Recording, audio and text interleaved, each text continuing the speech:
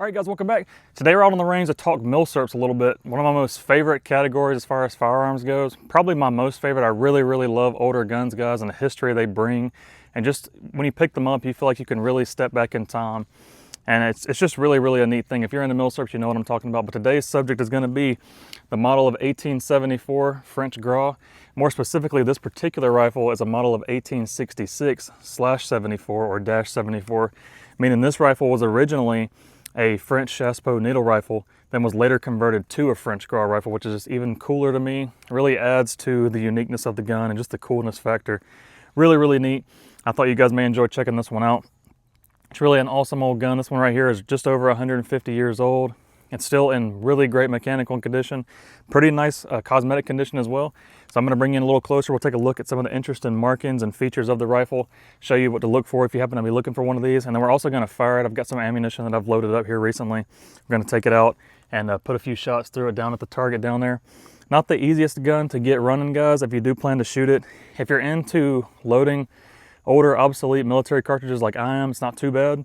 But if you're not into reloading, it's going to be kind of hard to get this one shooting, guys, to be honest with you. Some outfits out there do offer some loaded ammunition. It's very expensive if you can find it, so it can be done. But if you're a reloader, it's going to be a lot easier, guys. But let's go ahead and bring you in, take a closer look at this awesome rifle. I think you're really going to enjoy it. It's a neat piece of history. I'm going to take a few shots and let you see how it works. But let's just dive right in and check out the 1874 French Gras. Really an awesome rifle, guys. Neat piece of history. All right, guys, taking a look at this awesome old rifle. We're going to be starting on the left-hand side of the buttstock, and we have a roundel marking here is what they would have called this. This is actually the second roundel marking the rifle would have had once it was converted to a French Gras. As you can see, it says September 1883. So the conversion took place on this rifle in 1883. It was re-stamped on the left-hand side to indicate that it was re-entering service as a French Gras, essentially. This is the serial number and the original alphanumeric marking. It's not in script, which tells you this is the original stock that came on the Chassepot rifle, as this wasn't originally a Chassepot, so it's really neat to see this as just a standard block lettering and not script. Really cool to see there.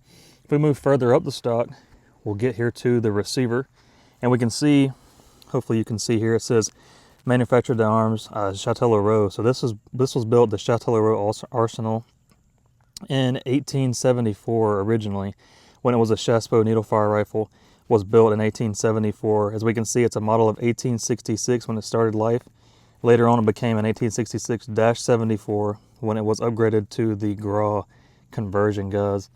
Moving further down, we do have our original serial number here on the barrel, AC 43797, which matches the stock, and that is an original Chassepot serial number there, guys. So this is the original barrel that would have been on the Chassepot, which is kind of uncommon to find. When they built these, when they converted these to Gras, guys, a lot of times they upgraded the barrel instead of they actually took the receiver and everything out of the stock and rebarreled these guns instead of doing what they did to this one, and we'll get into that a little bit more later on. Here we can see the original Chassepot style rear sight. This is what you would see on a Chassepot. Very similar. It's just slightly modified to be updated for the Gras cartridge, but that is a Chassepot sight. And then it flips forward is going to be your Battle Zero. I believe it's 200 meters. Don't quote me. I believe that's a 200 meter zero. That's what we'll be shooting with today. Moving further down, we do have kind of your standard fare Chassepot/Gras stock and barrel here. We do have an original cleaning rod. It's not matching to the gun, unfortunately, but it is an original, which is nice. Back here again, we did pass it up. But this sling came on the rifle when I got it. Best I can tell, it does appear to be original, or at least a period correct replacement, but very nice sling there. On towards the front, we do have kind of a standard, just barleycorn style sight, and that's the way they would have been on these rifles, guys. Very nice. Let me flip it around and we'll take a look at some of the markings on the other side. But just wanted to give you a close-up look at this neat old gun, guys. Let me flip it around and we'll continue on with the other side. All right, guys, we swapped over to the right-hand side of the rifle, and one of the cool things you see on these is they did they did put the serial number on the bayonet lug here, so you should see the same serial number here as you do up on the barrel, which on this rifle is correct. It does match. So that's just a kind of a neat thing you saw on these guns back in those days. Again, this is a period correct cleaning rod here. It does not match. The serial number here is 35055, which is a little earlier than this rifle, but it is a period correct cleaning rod, so that is neat. Moving forward, we do have just more of that really nice stock here. Very nice, no cracks or splits on this one, guys. Really in nice condition. Gonna have our rear barrel band held in by the spring steel here, kind of similar to what you'd see on like a Mosin Nagant if you're familiar with that. And that's the same on the front here as well, guys. We do have that spring here, and it interfaces with a hole in the barrel band. So a really cool design, really reminiscent of a lot of the older guns you see for sure. It's right there in that same era. Here we're on the right hand side of the barrel, and you can see originally we have a C 1874. So this rifle was built in 1874 as a Chassepots at the Châtellerault Arsenal is what the C means. And then we have here a date mark of it just says 83, but it stands for 1883. So this is a Châtellerault 1874 83, which is 1874 is when it was originally built as a Chassepots, and then 83 is when it was converted to a Gras rifle. So that's what that means. Again, there's our rear sight, original Chassepots sight, converted and modified to work as a Gras sight. Here's our bolt, which is different than the needle fire bolt you would see in a Chassepots. This bolt is all matching aside from the cocking piece. It does have a different serial number on it, so perhaps in a battle or something along the lines it got damaged, they had to replace it. So this cocking piece does not match, unfortunately, but it does work well. On these rifles, a little different than some of the other stuff you may see, where generally you'll flip the bolt handle up, move the bolt to the rear, and then pull the trigger and the bolt will slide out. On these, you also have to remove this screw if you want to remove the bolt, guys. So just something else there. Moving further back, right hand side of the buttstock, this is our original roundel marking, and you can see it says MA as well. This is a hardwood plug that they had to put in these rifles back in the day. The French government basically put these in there to identify the rifle as being government property. So if somebody removed these or tried to sand it off, you could still see the plug, and it would kind of indicate the rifle has been stolen, or it's somebody has it that probably shouldn't have it, from the best of my research there. And this one does say November, and it would have said 1874 right here, or excuse me, yeah, 1874 is what it should have said. But you can see there's been a bit of damage to it right on the date, unfortunately. But you can see 187, and we know that this was built in 74 by the barrel stamp here. So this stamp here should have also said 1874, but it's been smashed, unfortunately. But still, we can read both roundels, which is very nice. Going back to the other side of the rifle, guys, I did want to mention from a minute ago, this does have the M80 update, which you may notice here. And that was an update that was done to these French Gras rifles back in the day, guys. These had an issue where back in the early days, metallic cartridges weren't where they are today. The metallurgy was a little different. The cartridges were soft, so they had a tendency to rupture. And if they ruptured when you were firing it, the gases would come back and they could travel along this bolt and right into the shooter's face, which is obviously super dangerous. So the M80 conversion, they cut a slot down here and inside the receiver and a corresponding slot in the bolt head, which you can see here, guys. And that would allow, if a case ruptured, that would allow the gases to escape here or either here on top, guys, and direct that away from the shooter's face. So no longer would it have to run back along the bolt. It would run out the sides here and be safe for the shooter and not having all those gases in the face. So that's really a nice thing to see, guys. Give me a moment to open that bolt up and I'll show you that a little bit better. And here we can take a look and see that M80 conversion is just this little cutout here. So they would have machined this section here out, and then we have a corresponding cutout in the bolt right down there, as you can see, and those line up together. So if you have a case rupture here in the chamber, the gases would vent out here instead of going back in the shooter's face. So really an interesting thing that they did there. I mentioned before about how this is an original Chassepots needle fire rifle barrel.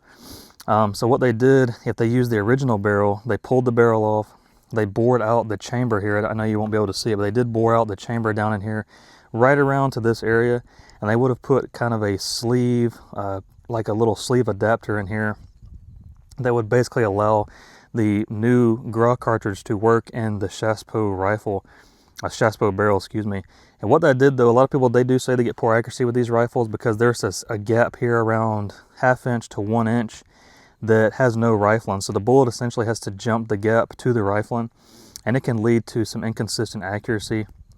It is one of the downsides to having one of the Chassepots converted barrels.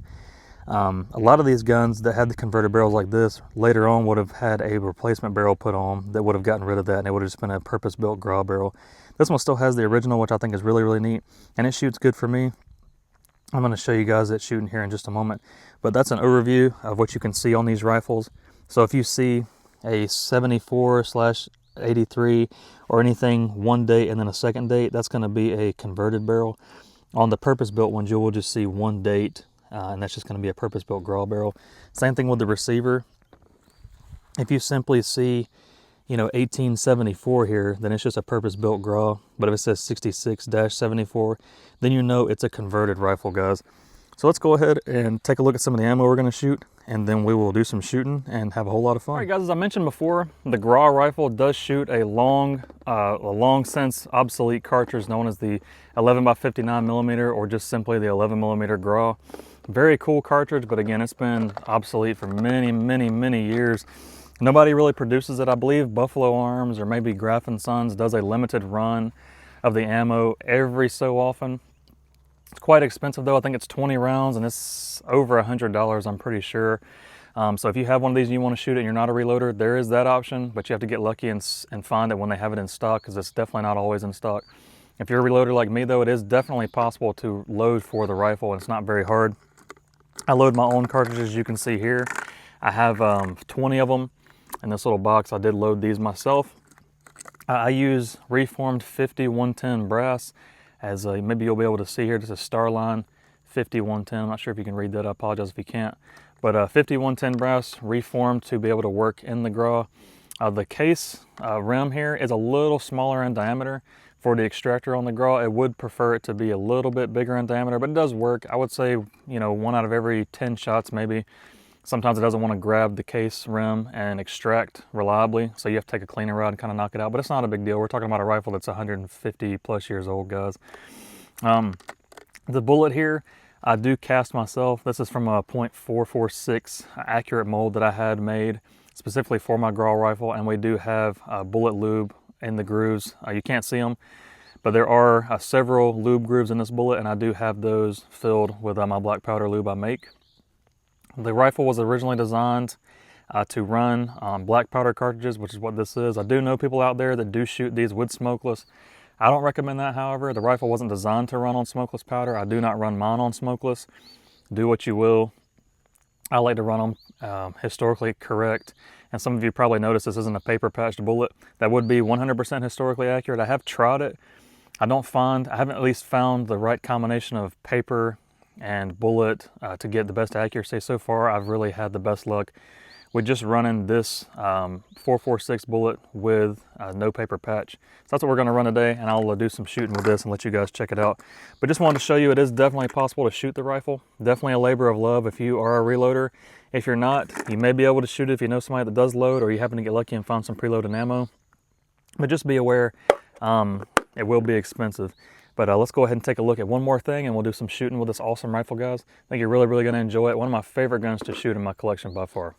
All right, guys, before we take a few shots, I did want to show you that I do have an original French Gras bayonet, as you can see here. I forgot to mention it earlier, but really, really cool. Unfortunately, it's not numbers matching to the rifle that I have. However, it was still made by the same arsenal. So this is a Châtellerault made bayonet here, guys, and this one is, let's see, this one was actually made for the Gras, of course, as it has a script letter here, and we can see that this one was built in 1878.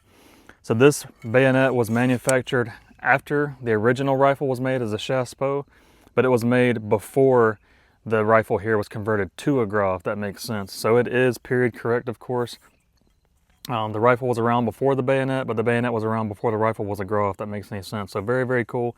What's neat about this is that the scabbard and the bayonet actually match, if you can see here, and you'll see what I was talking about. That's a script letter there that is in front of the serial number, showing that this was made as a Gras bayonet, which that's the only option, because this bayonet was not made for the Chassepot. They used a different bayonet, but you can see that script letter I was talking about there, which is cool. These bayonets are really, really interesting, guys. Very long, kind of a cruciform type look there to it. If you can see, hopefully it'll focus, but you can see it kind of has a cruciform style kind of going down here. Very, very interesting bayonet. Brass hilt here, and it does have a spring-loaded latch, so it does lock onto the rifle, and I'll show you that in a moment. What's really cool about these is they were hand inscribed here on the spine with the arsenal of manufacturer and the date. Hopefully I can get a focused look at that for you where you can see it says manufactured arms, Châtellerault, 1878. Hopefully that's showing up for you there. But just thought it was really neat to have the bayonet as well as the rifle. I actually have two of these. This was the better one. The other one doesn't match and it's a little bit worse condition. But very, very cool. The bayonets are out there for these. So if you have a rifle, I highly recommend picking up a bayonet for it. Just kind of help complete the package that much more, guys. Just really, really cool. Thought you may enjoy checking that out. All right, guys, getting ready to take a few shots here with the rifle. Before we do that, I did want to show you the bayonet on the rifle, as I know somebody's probably going to ask and want to check it out. So we'll go ahead and install that. As you can see, it's got a slot here. So what that does is interface with the bayonet lug on the front of the barrel here. So what you do is you just line it up and you slide it down, and you'll catch that muzzle ring on the muzzle. And also at the back here, you'll have that latch that will lock in on the bayonet lug. And you just lock it in just like that. As you can hear, it's locked. And you can see there is the bayonet on the rifle. Makes a very, very long package when you put that bayonet on there, guys. I don't know if I'm even getting the whole thing in the frame, but very, very long. Very, very intimidating for sure. If you saw this coming at you on the battlefield, guys, it would be, you know, it'd be crazy if you were staring at that. It does make it quite heavy when you're aiming down sights with the bayonet on. So I won't be doing any shooting with it, but I just thought you may want to see the bayonet on the rifle. And to remove, you just do the reverse. So you just squeeze your button here for your latch, and then you just pull straight up, and it comes right off very easily, guys. So that's the bayonet on the rifle. Let's go ahead and load up a few rounds, take a few shots, and have a whole lot of fun. I think you're really going to enjoy this. This is a super fun rifle to shoot. Creates a lot of smoke, hits the target with a lot of authority. This is really, really fun. Let's jump right in and shoot this awesome piece of history, guys. Really a cool rifle. All right, guys, I'm getting my ears and eyes on. Something you should always wear when you're at the range, guys. I can't stress enough, you only get one set of eyes, one set of ears, and once they're gone, that's it. It's just so easy to put on hearing and eye protection, guys. It takes 1 extra second. You should always make sure you're wearing it. If you ever shoot some of this stuff, I don't know if anybody watching has ever shot anything black powder, but it's extremely loud. Black powder ignites a little different than smokeless powder. It's more of an explosion. So it creates just a super loud report. And if you ever shoot black powder with no ears on, you won't ever do it again. It's so loud in a good way. I really, really like it a lot. The smell and the noise is awesome, but you definitely want to have ears on when you're doing it, guys. Stay safe out there. Like I said, you only get one set. But with that said, let me grab the rifle here, and we're going to grab a cartridge and take a shot. And we're at about 47 yards. So like I said before, I haven't shot this in a little while. I can go ahead and get my excuses out here up front. Hopefully we'll be able to hit, and hopefully the ammo I made is accurate this time, but let's take a look and see, guys. So all you do to load the rifle, of course, is you go ahead and open the bolt, slide the bolt back. This is a single shot bolt action, similar to what you'd have in modern times. It does cock on open like a lot of your modern bolt actions. All you do here is you lay the cartridge, you either lay it in here like this, or you can go ahead and slide the cartridge up into the chamber, which is what I normally do. And you just close behind it, rotate your bolt down, and that rotating action locks the extractor over the rim of the case. So now we're fully seated. This does have a safety notch. You can kind of lower this down onto a safety notch. I'm not going to do that. Sometimes you do miss it. But right now we are ready to go and we're live. So I'm using the battle sight here. Should be about a 200 meter zero. So we're going to be shooting a little, we're going to be holding down low and see if we can hit that center steel target, guys. Here we go. And let's see how we shoot. All right. All right, we did shoot a little low on that one. And you can see here, it is extracting that one nicely. It's not going to kick it out like your modern rifle would, guys, but you do just pick it up from here and it's ready to go. And we're going to drop it into that soapy water like I had mentioned before. Makes cleaning so much easier. Let's take another shot here. Recoil is quite mild because the rifle is very heavy. You're not going to have a lot of felt recoil with this one, guys. All right, I did hit that one. We were probably aiming about 3 inches under the target. So we're going to try that hold again and see if we can repeat that same result.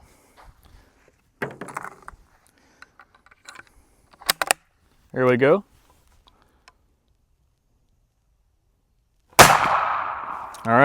Did shoot that one a little bit low. You gotta love that black powder smoke, guys. Check that out. Very cool. If you've never been around black powder being fired, you won't know what I'm talking about, but the smell is just something I really enjoy. I just really enjoy smelling the black powder smoke, seeing the smoke everywhere. Really, really a cool thing, guys. Kind of gives you a sense of what it was like to be using this. You know, I couldn't imagine being on the battlefield with this, but it does kind of allow you to kind of have some kind of connection to the people that did. It's hard to explain, but just feeling this is just really, really cool. Holding it in your hands and firing it like those guys did back then gives you a whole new appreciation. Very cool. All right, we got it there. That's 4 rounds. Rifle shoots great, guys. I do like to run a patch through this about every 5 shots or so. Being black powder, it will start fouling up the bore. If you've never shot black powder before, it does tend to foul the bore up kind of fast. That's one reason you have lube on a black powder bullet. But I will swab the bore here in just a moment. I think we'll take one more shot and then we'll go ahead and swab it and do a little more shooting, guys. Stick with me.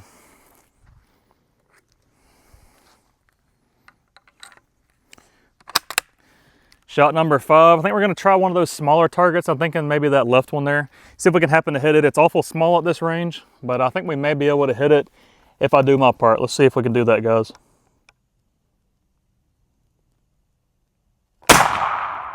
Did miss it, unfortunately. But at this range, the front sight nearly covers that whole target. But with a rifle like this, whether you're hitting or not, it's just super fun to shoot, guys. I can't really explain how much fun it is. You really have to have one in your hands and be shooting with it to understand. But it's like shooting a Martini Henry or anything else, which this would have been in the same time period as that, which is just awesome. And the Berdan rifle from Russia and all that cool stuff. Just so fun to shoot. And it's really, really nostalgic when you're shooting something like this, guys. Just to kind of imagine what it would have been like to be on the battlefield with a rifle like this is incredible. Super heavy trigger. None of the fancy stuff you see nowadays, you know, really, really basic, but super, super fun. They just don't make them like this anymore, guys. All right, guys, what I think we'll do while we're here is shoot a group on the paper down there just to get an idea of how accurate this rifle is, just kind of give you an idea.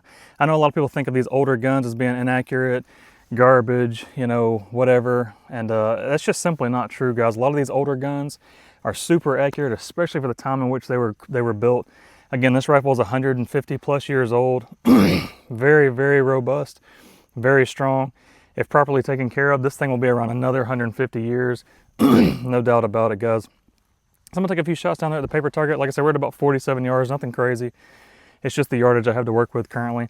I did shoot a group before filming this one, and it was a good group. It was just a little bit low, so I'm gonna adjust my hold and try it one more time. So we're gonna shoot a 5-shot group.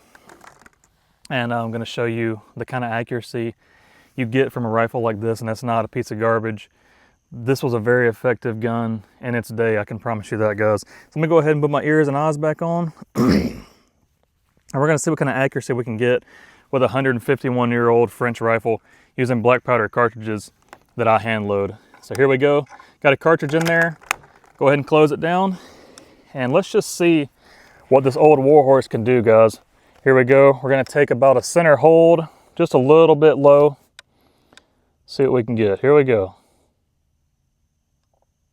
All right. I did just clean the bore, so sometimes on a black powder rifle, you know, you clean the bore in between every so often at least. I usually clean the bore every 5 shots because it will foul the bore out. Interestingly enough, when this rifle was being tested to see if the French military wanted to adopt it, one of the torture tests they put it through was they would shoot 500 rounds before cleaning. They shot a total of 2,500 rounds for the torture test, and they only cleaned every 500 rounds. For anybody that knows about black powder, that's incredible to be able to make it through 500 rounds before cleaning. That's crazy to me, but very interesting in either way. So let's go ahead and take shot number 2. So like I said, shot number 1 may or may not have been a fouling shot. Sometimes you do need a fouling shot before you can continue on with these rifles. So let's just see what we get. Here we go, guys. Shot number 2. All right. Let's see. Let's go ahead and get shot number 3 going in. And we're just going right after the other guys. We're not slowing down. You know, when these rifles were on the battlefield, these guys were shooting in as fast as they could, you know, in the heat of battle. So we're not going to give it any kind of unfair advantage. We're just going to keep going. Shot number 3. All right. Excuse me, kind of clearing my throat a little bit, guys. It's a little cold out here and kind of got my, my allergies and stuff kind of acting up. So I apologize for that. Shot number 4 coming up here.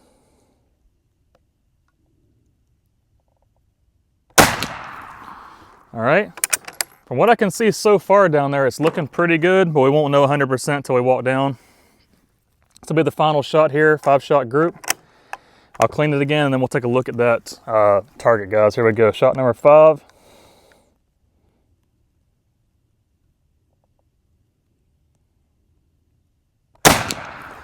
All right, guys, that's 5 shots with the French Gras at about 47 yards, 48 yards, give or take. So I'm gonna go down there and take a look at the target and clean the rifle real quick, and I'll be back with you, and we'll take a look and see how the string ended up looking. Stick with me, guys. All right, guys, so French Gras rifle, final thoughts on this. You know, I really hope you enjoyed watching the video. This is really, really a cool gun to me. These older guns, like I said before, you know, Milsurp's probably definitely my favorite category of firearms collecting, guys. I do like a lot of the modern stuff and all that as well, but the older guns, to me, it's just so cool to be able to handle these and imagine, like, you know, who else handled this? You know, 150 years ago, who was holding this? You know, what battlefield was it on? What all has this thing seen? You know, if it could talk. It's just incredible to me, guys, and I just don't see anybody can not like these guns. I get that they're tedious and difficult to load for at times, and that's kind of probably the biggest thing with these. You know, I know a lot of people that like to collect guns that don't necessarily even shoot them. They just like to collect them. And I think if you're one of those, this is definitely a no-brainer in my opinion if you find one at a good price. I got this a few years ago before the prices kind of got a little higher. Seems like lately when I see these, the prices have really kind of gone up. But I think the value is definitely there. They didn't make an enormous amount of these guns. And to get one that's converted from a Chassepot is even cooler in my opinion, especially with the original barrel. That's just really, really neat. But the guns are built well, they're made well. I do see a lot of these that are very, very rough, very rusted. You know, the bolt is really crusty, the barrel, the wood is rough. A lot of these get sanded, unfortunately, so you can no longer see the roundel marking or you can't read them. Very unfortunate. I happened to find this one on Gunbroker. A guy was selling really, really reasonable, and it's in super nice shape. The only thing that doesn't match is the cocking piece here on the bolt and then the cleaning rod. But that's not a big deal to me, guys. I understand these guns. They did see battle, they saw war. Things happened, they were damaged. You know, it's very easy to believe that that cleaning rod got lost and they replaced it with another one, just, you know, out of the arsenal. And the same thing with the cocking piece. This bolt could have been damaged, who knows? There's no telling. That just adds to the history to me. These are also very cool because they're pre 1899, 1898. And that means the ATF doesn't consider these firearms. You can't have them shipped directly to your home as long as your state allows. Some states like California or whatever, you may still have to use an FFL. But this was able to ship straight to my door. It also means there's typically no import marks on these, which is really nice as a collector. I don't like seeing import marks. So if you're into collecting guns, these older, you know, vintage, antique, whatever you want to call them, guns are really, really cool to get as well. You don't have to pay the transfer fee, drive up to your FFL and all that. Typically, you can just have them delivered directly to your door. So that's very, very cool. Again, the ammo, it is, you know, it is able to be made, especially if you like to cast and load your own ammo. You know, you have some black powder or something like that, or maybe you're not opposed to getting into it. There is a bit of a learning curve if you're brand new. But again, if you're like me and you've been loading obsolete cartridges for several years now, this is a pretty easy one to load as far as they go. Not very difficult at all. You know, you have your black powder, whatever filler you choose to use. I don't put a full charge in here just because it's an older gun. I kind of take it easy on the gun. But I think I'm running, I ran 50 grains in here this time.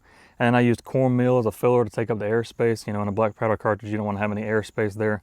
Very easy to load. So that's fairly light charge. Can easily be loaded for. And then what I was saving the last here is the target we shot, guys. So this is actually my first group, and it was pretty good, but a lot of it was off the paper right down in here. So I decided to reshoot. If you take a look at this 3-shot group here, super nice. One of these is my first shot, like I was talking about, a fouling shot. The bore is cleaned. Sometimes it needs to build up a little bit of fouling in order to shoot a little more accurately. And then one of these I did pull. I believe I pulled this one right here. I did feel it when I pulled it. But take a look at this, guys. I get that it's only about 47, 48 yards. But the rifle, again, definitely capable of doing the job it was designed to do back in the day. I would not want to be downrange and have somebody firing at me with this rifle. I can tell you, it's plenty accurate to do what it does. The guns aren't trash. Old guns aren't garbage. They're definitely not. They're super awesome. And another thing is they're not making any more of these. Very neat old guns, just old guns in general. So if you're like me and you enjoy, older rifles, military surplus stuff and all that, leave a like on the video. I think they're really, really cool. And yeah, I just really hope you enjoyed the video. So if you have anything to add, please drop it down in the comments below. We'd all love to read it. I try to read every single comment. Leave a like and all that good stuff if you felt that the video has earned it. And check back frequently. I've got more milsurp stuff coming out, more modern gun stuff coming out, all that stuff. I love guns, and I'm always trying to get out here and make some content when I get time, guys. But really been having the urge to shoot this lately. I had some ammo I loaded up a couple weeks ago. Decided this would be a great day now it's getting cooler out. But I hope you enjoyed the video. And next time you're in your local gun store, sometimes you do find them in pawn shops, look around on the used rack. Ask around the guys behind the counter if they have any old milsurps. You never know what you may find, guys. You may run up on an original French Gras rifle, perhaps an old Bayonet. And think about giving them a new home, guys. These guns aren't being made anymore. And in 50 years, a lot of these are just going to be totally gone. You won't be able to find them at all. And it'd be cool to just save a few pieces of this awesome history, guys. But anyway, consider giving an old gun a chance next time you're in the store. And, sometimes maybe consider not buying a new one. Try something older, guys. You may really find yourself loving milsurps just like I do. But until next time, have a great day, and get out to your range and try something new. Have a good one, guys.